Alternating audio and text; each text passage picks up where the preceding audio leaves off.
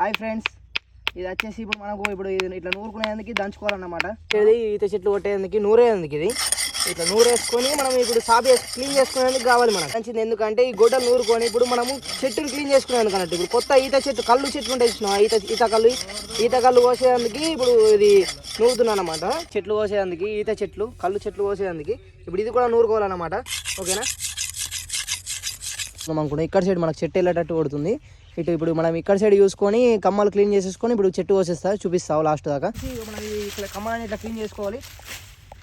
మనం ఇప్పుడు ఫస్ట్ ఈ కమ్మ కత్తితోటి చేసుకోవాలన్నమాట. ఓకేనా, ఈ కమ్మ కత్తితోటి మనం చేసేసినాం అనమాట. ఇప్పుడు సాపు చేసేసినాం. ఇప్పుడు మనం ఇప్పుడు గొడ్డలు తీసుకురా. ఇట్లా మనం ఇప్పుడు కొలుచుకోవాలన్నమాట. ఇట్లా గొడ్డలు దీనంతా కొలుచుకొని ఇప్పుడు మనం ఇట్లా గూపెట అంటారు దీన్ని. ఈ గూపెట ఇట్లా పెట్టుకోవాలి. చూపిస్తా చూడండి.